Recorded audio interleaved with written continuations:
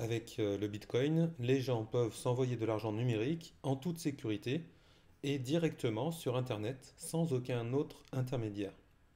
Le Bitcoin est une devise numérique permettant de réaliser des transactions sécurisées de pair à pair, d'individu à individu, sur Internet. Alors, contrairement aux services tels que PayPal, qui s'appuient sur le système financier traditionnel, en autorisant le transfert d'argent entre des comptes, il y a un historique de débit ou de crédit. Lui, le Bitcoin est décentralisé. Qu'est-ce que ça veut dire? Ça veut dire que deux personnes, n'importe où dans le monde, peuvent échanger des Bitcoins sans faire appel à une banque ou sans faire appel à un organisme public ou à une autre institution. Donc ça, c'est la première caractéristique. La seconde caractéristique, c'est que chaque transaction impliquant des Bitcoins, elle est notée, elle est suivie sur ce qu'on appelle la blockchain. Moi, je ferai une vidéo pour vous expliquer ce que c'est, mais pour simplifier, la blockchain, c'est pareil qu'un registre, que le registre d'une banque. Où c'est le journal qui note les entrées et les sorties d'argent des clients. Donc, il s'agit d'un enregistrement de toutes les transactions effectuées en Bitcoin. Et ça, tout le monde peut le voir, peut le consulter. Ça, c'est la deuxième caractéristique. Alors qu'un registre de banque, il y a juste les employés de banque, enfin certains employés qui peuvent accéder au registre des comptes. Troisièmement, mais bien sûr, on ne peut pas identifier les gens, hein. Ça, c'est une troisième chose importante. Bon, alors moi je reprends la troisième caractéristique. Alors donc, contrairement au registre d'une banque, la blockchain de Bitcoin est répartie sur l'ensemble du réseau. Les Bitcoins ne sont contrôlés donc par aucune société, aucun pays, ni aucun groupe. Et n'importe qui peut faire partie de ce réseau. Et n'importe qui peut vérifier le registre. Quatrièmement, c'est un moyen de lutter contre l'inflation à terme. Il n'existe que 21 millions de bitcoins. Cette devise numérique ne peut en aucun cas être gonflée ou manipulée. Dernière caractéristique, il n'est pas nécessaire d'acheter un bitcoin entier. Vous pouvez en acheter seulement une fraction selon vos envies ou vos besoins. Vous verrez même qu'on peut acheter des millionièmes de bitcoin.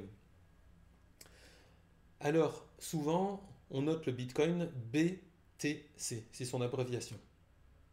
Alors, c'est la première crypto-monnaie encore actuellement, hein. C'est celle qui est sortie en premier et c'est celle qui est le plus valorisée encore. Donc, cette monnaie numérique permet de réaliser des transactions sécurisées et très simplement d'individu à individu sur Internet, peer-to-peer, pair à pair. Alors, le prix du Bitcoin, bien entendu, il fluctue. Et on peut retrouver sur différents sites le, la valeur du Bitcoin à n'importe quelle heure. Alors, est-ce qu'on peut s'enrichir avec le Bitcoin? Mais oui, bien sûr, on peut s'enrichir. Mais vous pouvez aussi vous appauvrir très fortement, hein. Comme les autres actifs, vous pouvez gagner de l'argent en achetant des bitcoins à bas prix et en les vendant lorsqu'ils sont en hausse. Et puis vous pouvez perdre beaucoup d'argent dans le scénario inverse.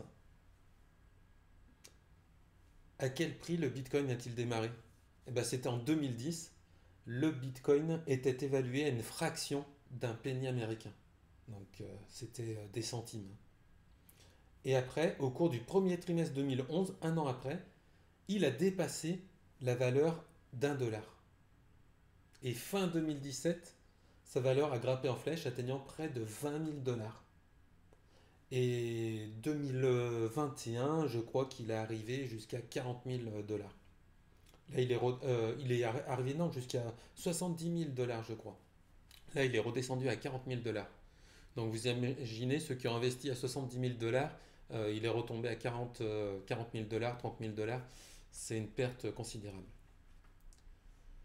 Alors, cette monnaie numérique permet de réaliser donc des transactions simples d'individu à individu sur Internet. C'est ça le principal avantage. Alors, depuis la création du Bitcoin, des milliers de nouvelles crypto-monnaies ont été lancées. Mais le Bitcoin reste la plus importante en termes de capitalisation boursière et de volume d'échange. Alors, vous pouvez le comprendre, si vous avez des bitcoins, ça dépend de ce que vous voulez en faire. Vous pouvez en faire plusieurs choses. Ça peut être un moyen d'investir. Ça peut être une valeur refuge, similaire à l'or. Souvent, des individus le comparent à cette caractéristique. Et puis, c'est un moyen de transférer de la valeur dans le monde. Et quatrièmement, c'est simplement un moyen d'explorer une technologie émergente. On verra ça avec d'autres crypto-monnaies. Le Bitcoin est donc une monnaie native d'Internet. Contrairement aux devises émises par le gouvernement, telles que le dollar ou l'euro, le Bitcoin permet d'effectuer des transferts en ligne sans intermédiaire. Aucune banque, aucun service de paiement. La suppression de ces gardiens de la valeur, de l'argent, entraîne un nombre illimité de nouvelles opportunités. Par exemple, il est possible de transférer de l'argent plus rapidement et à moindre coût sur Internet dans le monde entier, en permettant aux individus de contrôler leurs propres actifs de façon optimale. Et oui, donc il est légal d'utiliser, de détenir et d'échanger des bitcoins. Et vous pouvez les utiliser pour tout, qu'il s'agisse de voyages ou de dons à des organismes de bienfaisance. Le bitcoin est accepté comme paiement par des entreprises telles que Microsoft ou Expedia. Mais alors, est-ce que c'est vraiment de l'argent le bitcoin? Il a été utilisé comme moyen d'échange, réserve de valeur et comme unité de compte, à savoir trois des majeures propriétés de l'argent. En attendant, il n'existe que numériquement et il n'a pas de forme physique. On n'a pas imprimé des billets ou des pièces de bitcoin.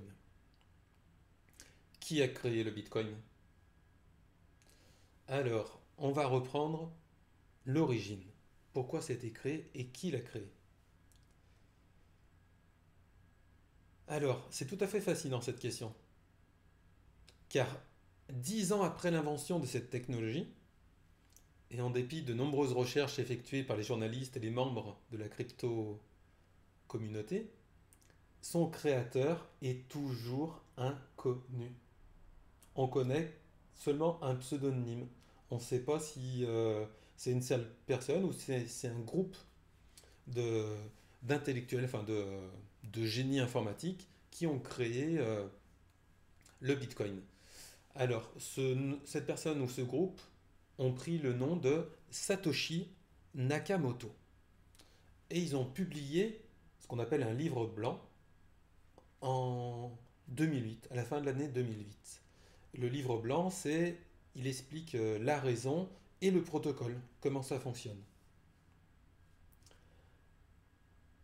Alors, c'était pas la première fois qu'on parlait d'une monnaie numérique, qui devait s'appuyer sur les domaines de la cryptographie ou de l'informatique. Et donc ce livre, il utilisait déjà ces idées qui avaient déjà été élaborées par d'autres personnes. Mais ce livre blanc du Bitcoin a permis de trouver une solution unique et élégante au problème consistant à établir la confiance entre différentes entités en ligne. Et oui, les gens peuvent se cacher derrière des pseudonymes ou être physiquement situés à l'autre bout du monde. Donc, Nakamoto a mis au point une paire de concepts imbriqués. C'est la clé privée Bitcoin et le registre de la blockchain. Lorsque vous détenez des Bitcoins, vous les contrôlez via une clé privée, c'est-à-dire une chaîne de chiffres, une suite de chiffres et de lettres aléatoires permettant de déverrouiller un coffre-fort virtuel contenant votre achat. Chaque clé privée est notée dans le registre virtuel appelé la blockchain. Donc, la première apparition du Bitcoin a marqué une avancée majeure en informatique, car il a résolu un problème fondamental lié au commerce sur Internet. Et oui, comment transférer de la valeur entre deux personnes sans intermédiaire de confiance, sans utiliser une banque ou une institution? En résolvant ce problème, l'invention du Bitcoin a de nombreuses ramifications. En tant que monnaie conçue pour Internet, il permet d'effectuer des transactions financières au-delà des frontières et dans le monde entier, sans la participation de banques, de sociétés ou de prêteurs ou même de gouvernements. Lorsque deux personnes, où qu'elles se trouvent, peuvent s'envoyer des paiements en se dispensant de tels intermédiaires, cela crée un potentiel de système financier ouvert qui est plus efficace, plus libre et plus innovant. Voilà en un mot l'explication du Bitcoin. Le Bitcoin crée un potentiel de système financier ouvert qui est plus efficace, plus libre et plus innovant. Comment fonctionnent les bitcoins? Contrairement au réseau de cartes de crédit, tels que le réseau Visa ou les services de paiement tels que PayPal, le bitcoin n'est pas la propriété d'un individu ou d'une société. Le bitcoin est un réseau de paiement, le premier, complètement ouvert, auquel toute personne disposant d'une connexion Internet peut participer. Donc, ça a été conçu pour être utilisé sur Internet, hein, et pour ne dépendre d'aucune banque, d'aucune société privée, pour faire des transactions de valeur. L'un des éléments les plus importants du Bitcoin est donc la blockchain, qui contrôle qui détient quoi, de la même manière que la banque contrôle les actifs. Alors, ce qui distingue la blockchain de Bitcoin du registre d'une banque, c'est que la blockchain, elle est décentralisée, ce qui signifie que tout le monde peut la consulter et qu'aucune entité ne la contrôle. Alors voici quelques détails sur le fonctionnement de la blockchain. Les ordinateurs spécialisés, appelés plateformes minières, ces ordinateurs effectuent les équations nécessaires pour vérifier et enregistrer une nouvelle transaction. Alors au début, il suffisait de posséder un ordinateur de bureau standard pour participer, ce qui a incité beaucoup de curieux à tester l'exploitation minière. Mais aujourd'hui, il faut des ordinateurs très puissants, très spécialisés, et souvent ces ordinateurs appartiennent à des entreprises ou à un grand nombre de particuliers qui mettent en commun leurs ressources. Alors je crois qu'en octobre 2019, le minage d'un bitcoin nécessitait une puissance de calcul de 12 trillions de fois supérieure à celle d'un ordinateur particulier que lorsqu'il a commencé, par exemple, Nakamoto en janvier 2009. Alors, la puissance de calcul collectif des mineurs permet de garantir la précision du registre en constante évolution. Le Bitcoin est intimement lié à la blockchain. Chaque nouveau Bitcoin y est enregistré, de même que chaque transaction ultérieure avec toutes les pièces existantes. Au début, un Bitcoin n'avait techniquement aucune valeur, hein. Fin 2019, il se négociait environ 7500 $. À mesure que la valeur du Bitcoin a augmenté, sa facilité de divisibilité, la possibilité d'acheter une petite fraction d'un Bitcoin, est devenue un attribut clé. Actuellement, un Bitcoin est divisible en 8 décimales, c'est-à-dire 100 millionièmes de Bitcoin. La communauté Bitcoin qualifie la plus petite unité le Satoshi, bien sûr en référence au pseudonyme de l'inventeur ou des inventeurs du Bitcoin. Nakamoto a configuré le réseau de sorte que le nombre de Bitcoin ne dépasse jamais 21 millions, afin de garantir sa rareté. Il reste actuellement 3 millions de Bitcoin à miner, ce qui prendra de plus en plus de temps. En théorie, les derniers blocs seront extraits en 2140. Ouf, ça donne le vertige. Alors, les crypto-monnaies, les monnaies traditionnelles ont certaines caractéristiques communes, telles que la façon dont on peut les utiliser pour acheter des choses ou les transférer par voie électronique, mais elles présentent également des différences très intéressantes. Voici quelques différences pour résumer. Alors, le Bitcoin est le premier réseau de paiement complètement ouvert au monde auquel toute personne disposant d'une connexion Internet peut participer. Alors, comment le Bitcoin génère-t-il sa valeur? Essentiellement de la même manière qu'une devise traditionnelle. Car le Bitcoin s'est avéré être un moyen viable et pratique pour stocker de la valeur. Ce qui signifie qu'il est facile de l'échanger contre des biens, des services ou d'autres actifs. Le Bitcoin est donc, comme de l'argent, il est rare, il est sécurisé et il est transportable. Et puis il est facilement divisible, contrairement à l'or. ce qui permet de réaliser des transactions de toute petite taille. Eh bien, si vous voulez des bitcoins, le moyen le plus simple, c'est de les acheter via une plateforme d'échange, telle que Binance, enfin il y en a plein qui peuvent vous permettre d'acheter des bitcoins. Alors une fois que vous êtes sur cette plateforme, vous pouvez acheter, vendre, envoyer, recevoir et stocker des bitcoins ou même d'autres crypto-monnaies. Mais vous ne les détenez pas vous-même, hein. C'est ce qu'on appelle des clés publiques et privées. Toutes les transactions en bitcoin et les clés publiques sont enregistrées dans un registre virtuel appelé la blockchain. Le registre est concrètement une liste qui note toutes les transactions chronologiquement. Ce registre est copié de façon exacte sur chaque ordinateur connecté au réseau Bitcoin. Et il est constamment vérifié et il est constamment sécurisé au moyen d'une grande puissance de calcul puisée dans le monde entier. Le concept de blockchain s'est révélé puissant et évolutif. Et il existe aujourd'hui une grande variété de blockchains, non liées à la crypto-monnaie, hein, utilisées par exemple pour gérer la chaîne d'approvisionnement. Mais la blockchain de Bitcoin désigne donc spécifiquement le registre virtuel qui répertorie les transactions en Bitcoin et les clés privées. Alors, petite anecdote croustillante pour savoir comment les bitcoins sont utilisés. En 2013, un passionné de bitcoin du nom de Laszlo Anieks a publié un message offrant 10 000 bitcoins. Ça valait à l'époque 25 dollars. Et il a offert ces 10 000 bitcoins à quiconque lui livrerait 2 pizzas à sa maison située à Jacksonville en Floride.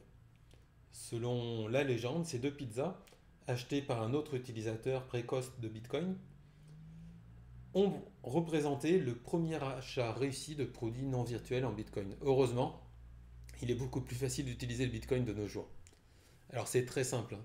Les transactions utilisant le Bitcoin ne sont pas si différentes de celles qu'on utilise avec notre carte de crédit ou alors avec un chèque.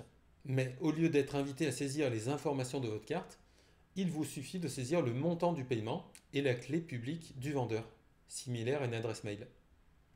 Alors bien entendu, il faut utiliser une application, hein. On appelle ça un portefeuille numérique. Alors, l'un des avantages du Bitcoin et de son paiement, c'est que ça limite la quantité d'informations personnelles à fournir. Vous devez uniquement partager votre nom et votre adresse si vous achetez des biens physiques qui doivent vous être expédiés. Sinon, même pas besoin de votre adresse, hein. Alors, il y a plusieurs possibilités en ce qui concerne l'utilisation des bitcoins. Voici ce que vous pouvez en faire. Vous pouvez changer des bitcoins contre de l'argent à l'aide d'une plateforme d'échange ou d'un guichet automatique bitcoin. Vous pouvez la dépenser en ligne ou dans des boutiques physiques, comme vous le feriez avec n'importe quelle autre devise en utilisant une carte de débit bitcoin. Vous pouvez en détenir une partie ou la totalité dans le cadre de votre stratégie d'investissement ou d'épargne. Et puis, si vous avez un gros budget, des rêves d'astronautes non réalisés, sachez que la société Virgin Galactic de Richard Branson accepte le Bitcoin. Et donc vous offre en contrepartie l'opportunité de participer à l'une de ses prochaines missions de tourisme spatial. Alors, étant donné que le réseau Bitcoin est par nature crypté, ça fait que le moyen de paiement en Bitcoin est fondamentalement plus sécurisé que les transactions standards par carte de crédit habituelle. Le Bitcoin, donc, c'est un moyen de payer, un moyen international. Vous pouvez envoyer des bitcoins dans le monde entier aussi facilement que lorsque vous payez en espèces de façon concrète. Vous n'êtes soumis à aucune fermeture le week-end, ni vous n'êtes facturé à rien du tout pour accéder à votre argent. Et il n'y a aucune limite, hein. Alors le bitcoin est irréversible. Les bitcoins sont comme les espèces, dans le sens où les opérations ne peuvent pas être annulées par l'expéditeur, hein. À titre de comparaison, les cartes de crédit, les systèmes de paiement en ligne et certaines opérations bancaires peuvent être annulées une fois le paiement effectué. Parfois même plusieurs mois après l'opération initiale. Cela crée un risque de fraude plus important pour les marchands et peut entraîner des frais d'utilisation de cartes de crédit plus élevés. Avec le Bitcoin, rien de tout ça. Alors, lors d'un paiement en Bitcoin, il n'y a pas de relevé bancaire, ni aucun besoin de fournir des informations personnelles pour le marchand. Les transactions ne contiennent aucune information d'identification autre que les adresses Bitcoin et les montants impliqués.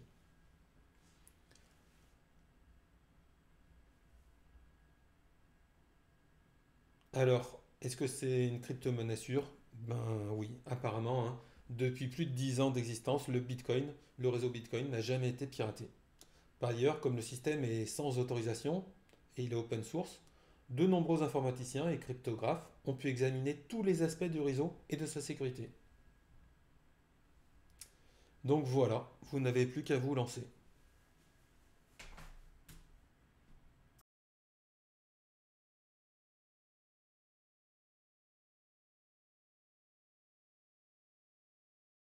Le Bitcoin a été créé par un personnage qui a pris un pseudonyme, on ne sait pas qui c'est. Et alors son pseudonyme c'est Satoshi Nakamoto. Alors on ne sait pas si c'est une seule personne ou une équipe. Et ils ont écrit ce qu'on appelle un livre blanc qui date de 2008. Et ce livre explique le fonctionnement d'un protocole. La simplicité de cette idée est séduisante. Le Bitcoin est une devise numérique permettant de réaliser des transactions sécurisées de pair à pair, d'individu à individu, sur Internet.